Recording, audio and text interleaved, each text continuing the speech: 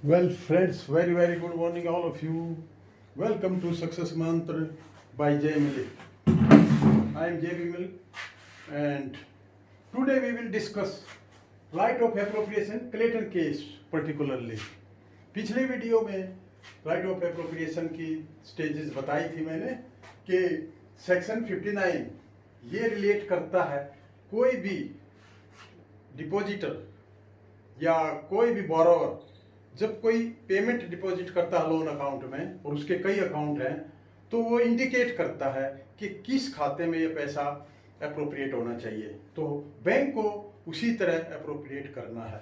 फिर 60 section 1872 Indian contract act, इसका क्या है, जब कभी भी बोरोवर इंटीमेट नहीं कर पाता या भूल जाता है कि ये पैसा किस अकाउंट में अप्रोप्रिएट होगा, उस केस में बैंक की डिस्क्रिशन है या क्रेडिटर की डिस्क्रिशन है कि वो अपनी मर्जी से ABC जितने उसके अकाउंट लोन के हैं उसमें जिसमें चाहे वो कर सकता है। अब हम 61 क्या है, 61 एज पर लॉ, जो कि क्लेटन केस, जो एक क्रेडिटर था, एक फर्म थी known as Devens Davis Noble and company, 5 partners हैं, उसमें देवेंस डाइट, ये एक्सपायर हो जाता है, but account was carried on by the remaining partners, surviving partners, वो अकाउंट को चलता रहता है, उसको बंद नहीं करते हैं। वैसे होना क्या चाहिए था कि जिस दिन ये पार्टनर एक्सपायर होता है तो उसी दिन उस अकाउंट को क्लोज किया जाना चाहिए था, लेकिन उसमें ट्रेडिंग होती रही और उसमें विड्रॉल और डिपॉजिट चलता रहा। तो फिर क्या हुआ कि जो क्लेटन, इसने क्या किया, इसने पैसा अपना रिकवर करने के लिए उसने कहा कि जो ये डेवेंस था, इसने इसके एसेट से रिकवर करना चाहिए। तो ये ये अकाउंट बनाया गया है कि इस सिचुएशन को कैसे समझा जाए कि ये एस्केलेटन केस की कैसे सिचुएशन बनी, क्योंकि ये देखो 1816 की बात है। वैसे मैंने ये डेट फिक्सिस डेट ली हैं, ये एक्चुअल डेट नहीं है, और ये वहाँ पर पौंड में ये अमाउंट था, लेकिन मैंने इन रुपीज INR में लिया है। तो हमें सिर्फ समझना है कि जैसे ये डेट है, पर्टिकुलर है, और डेबिट क्रेडिट और बैलेंस कैसे चला है इस अकाउंट का, इसको हम समझने के लिए मैंने ये डेटा लिए हैं। तो 4/1/86 को विड्रॉल हुआ 8,500, तो ये अमाउंट बैलेंस हो गया। फिर 15,000 15 जनवरी को किया तो ये बैलेंस हो गया। इस तरह 20 जनवरी 1816 को 1 लाख विड्रा किया तो ये बैलेंस आया। फिर यहाँ पर ब्याज 10,000 ब्याज इसमें डाला गया, और 15/2/1816 को फिर इसमें क्रेडिट हुआ 33,500, ये बैलेंस आया। इस तरह ये चलता रहा।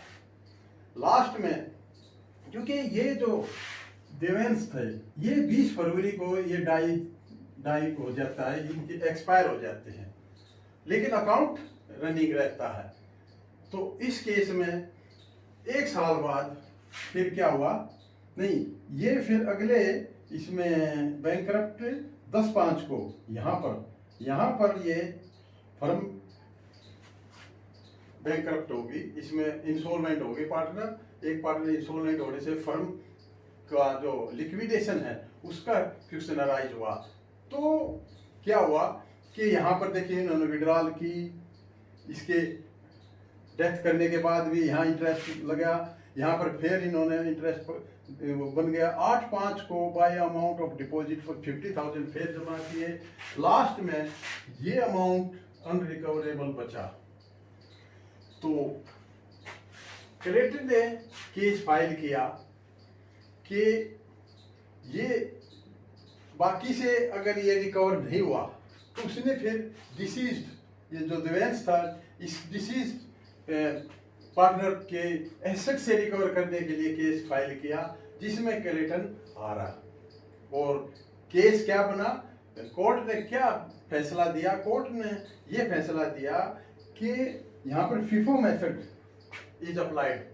FIFO, first in first out, मतलब फर्स्ट जो क्रेडिट एंट्री है, ये जो फर्स्ट क्रेडिट एंट्री है, इससे फर्स्ट डेबिट एंट्री ये इससे रिकवर होगी। तो इसमें ये रिकवर हुआ, ये हुआ और ये इंटरेस्ट है। देखो बैंक को एक राइट है, जब भी वो रिकवरी करे तो पहले इंटरेस्ट की रिकवरी कर सकता है, लेकिन यहाँ पर देखिए ये 3 एंट्री रिवर्स होगी, या इसमें से रिकवर कर लें तो यहाँ 90,000 बचेगा। फिर 20 फरवरी 1816 को ये डाई इसकी डेथ हो गई, लेकिन अकाउंट चलता रहा, तो यहाँ पर 10,000 इंटरेस्ट लगा, 80,000 यहाँ अमाउंट ऑफ पेमेंट डिपॉजिट किया गया, रिमेनिंग जो सर्वाइविंग पार्टनर थे उन्होंने किया। तो लास्ट में अंत में ये अमाउंट बचा, और ये इन 4 पार्टनर से बैंकरप्सी के कारण रिकवर नहीं हो पाया, तो उसने केस फाइल किया, क्लेटन ने केस फाइल किया, जो पार्टनर डेथ जिसकी हुई थी उसकी एसेट्स से रिकवरी करने के लिए। लेकिन कोर्ट ने फैसला ये दिया कि इसमें देखो first item of debit will be adjust by first credit entry, तो इससे इसकी ये होगी, और 80,000 यहाँ पर देखिए ये फिर जमा हुआ, तो इसका यहाँ ये सारा रिकवर हो गया। तो इसकी जो लायबिलिटी थी देवेंस की, वो कोई लायबिलिटी बनी नहीं, क्योंकि इस मेथड से, और ये मेथड बैंकिंग सेक्टर में एक बहुत बड़ी इम्पोर्टेंस रखता है, सिग्निफिकेंस रखता है। तो चाहिए क्या था कि अगर ये डाई इसकी मृत्यु हो गई, तो होने के बाद ये अकाउंट क्लोज करते और नई फर्म का कंस्टिट्यूट होती, नई फर्म बनती। तो इस एब्सेंस में कोर्ट ने ये फैसला दिया कि इसमें ये जो फर्स्ट क्रेडिट है, इससे फर्स्ट डेबिट एंट्री एडजस्ट होगी, फिर इससे अगली और इससे अगली, इस तरह होगी। बाकी अमाउंट जो अगर रिमेनिंग सर्वाइविंग पार्टनर्स हैं उनसे रिकवर होना था।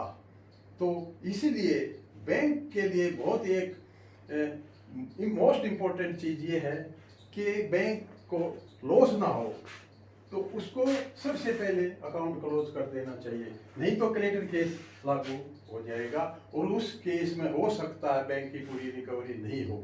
तो जो इस केस में मैंने बताया है, तो ये था एक क्लेटन केस जो बहुत इम्पोर्टेंट है, कई एग्जामों में आता है, बैंकिंग में, पीओ में, क्लरिकल में, हर उस एग्ज़ाम में इसके पूछते हैं कि व्हाट इज क्लेटन केस। तो क्लेटन केस यही था कि जो फर्स्ट क्रेडिट एंट्री है उससे फर्स्ट डेबिट एंट्री एडजस्ट होगी, और इस तरह सेकंड से फिर अगली एडजस्ट होगी, और इस तरह थर्ड और फोर्थ, ये क्रोनोलॉजिकल ऑर्डर में इसकी एडजस्टमेंट होगी। यही क्लेटन केस है। तो फ्रेंड्स, अब आप अगर इस चैनल को फर्स्ट टाइम देख रहे हैं तो इसको सब्सक्राइब करें, ताकि मुझे थोड़ा मोटिवेट मिले, और कोई क्वेरी है तो कमेंट करके बताएं। तो so nice of you, thank you for watching.